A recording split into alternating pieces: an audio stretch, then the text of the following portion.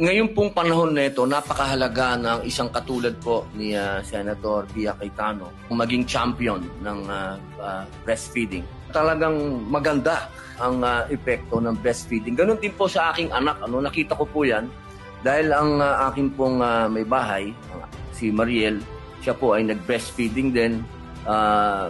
Sa kanya nga po, 2 years hanggang 2 years siya. Yan ho ang recommended, 2 years pa. Opo. Hanggat kaya ng nanay. Kung panahon ng COVID, lahat po kami sa bahay nagka-COVID. Pwera lang po yung anak namin na nag-breastfeeding. Kaya po hanggang ngayon, hindi ko makalimutan yon kasi last standing po sa bahay namin, yung anak ko na. Kaya ako po ay naniniwala at ako po ay sumusuporta po sa inyo. Ito po ay hindi simpleng usapin lang ng nutrisyon.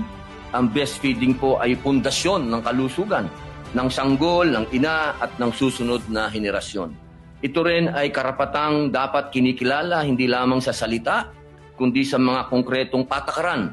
Sapat na maternity leave, breastfeeding station sa mga pampubliko at pribadong lugar, at edukasyong nakasandigan sa agham at malasakit.